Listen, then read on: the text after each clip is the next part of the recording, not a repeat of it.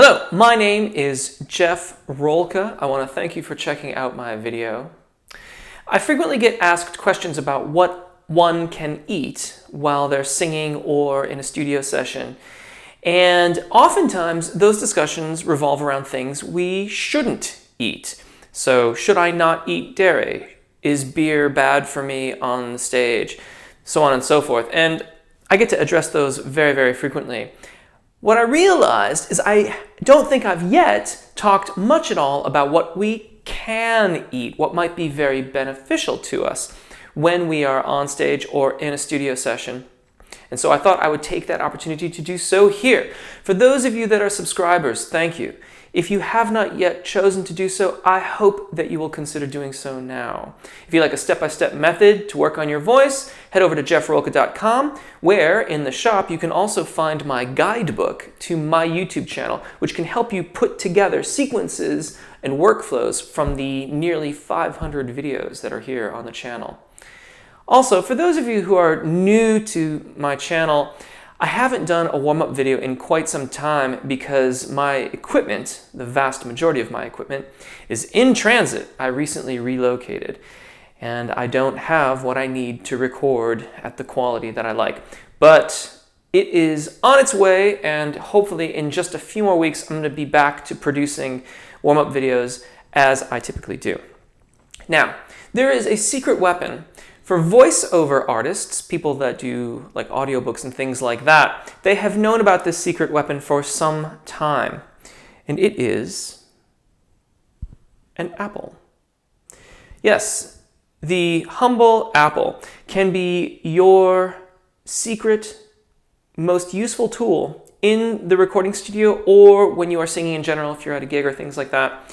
Particularly if you happen to get a sort of dry mouth thing.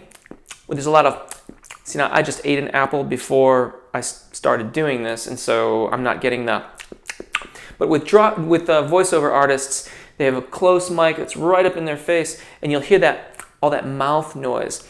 And apples can help you to neutralize those mouth noises. Interestingly enough, the active agent in that is pectin, which is a soluble fiber, and because it's a soluble fiber, it can also kind of, help things move elsewheres in the body, if you get my drift.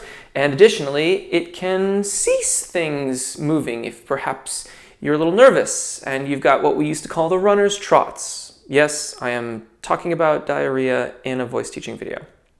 That is where we are at right now.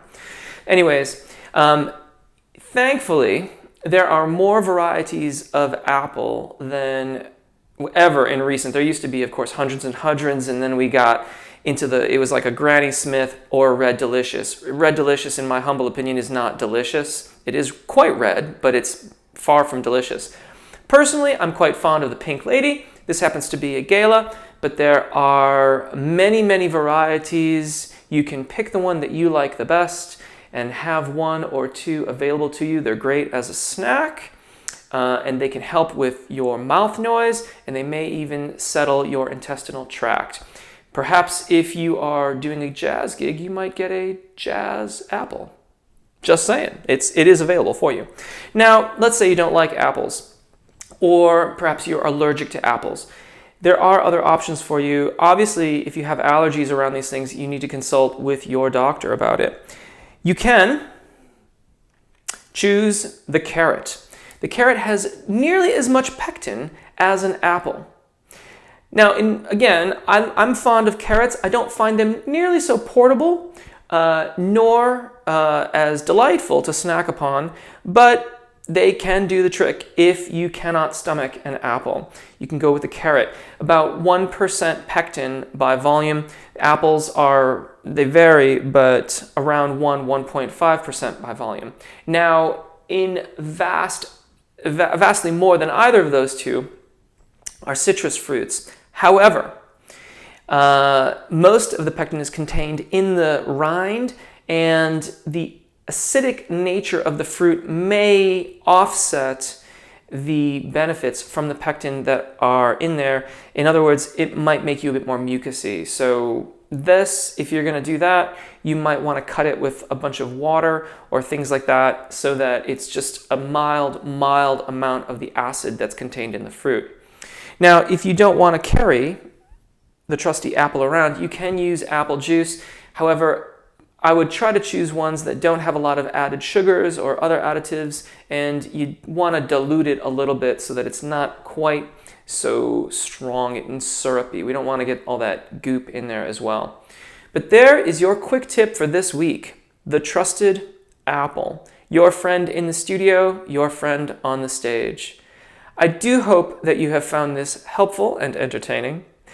If you have questions or comments, please leave them in the comments section, although it's becoming increasingly difficult for me to find all of them, which is a wonderful thing, and I really appreciate the comments. So I would encourage you to get in touch with me via Twitter or come to my weekly live event. It's Saturdays, 6 p.m. London time here on YouTube. And I take questions and do demonstrations and generally have a really good time. The chat, as I say, is always open, and there's always great amounts of interactions between the people that join us every Saturday at 6 p.m. London time. Until then, take really good care of your voices, enjoy singing, and hopefully we'll see you again. I feel as if I should take a bite of this apple, but I'm not going to, because primarily I don't like it when the skin gets stuck in my teeth. So you can leave that to your imagination. Typically when I eat an apple, I cut it up. Bye.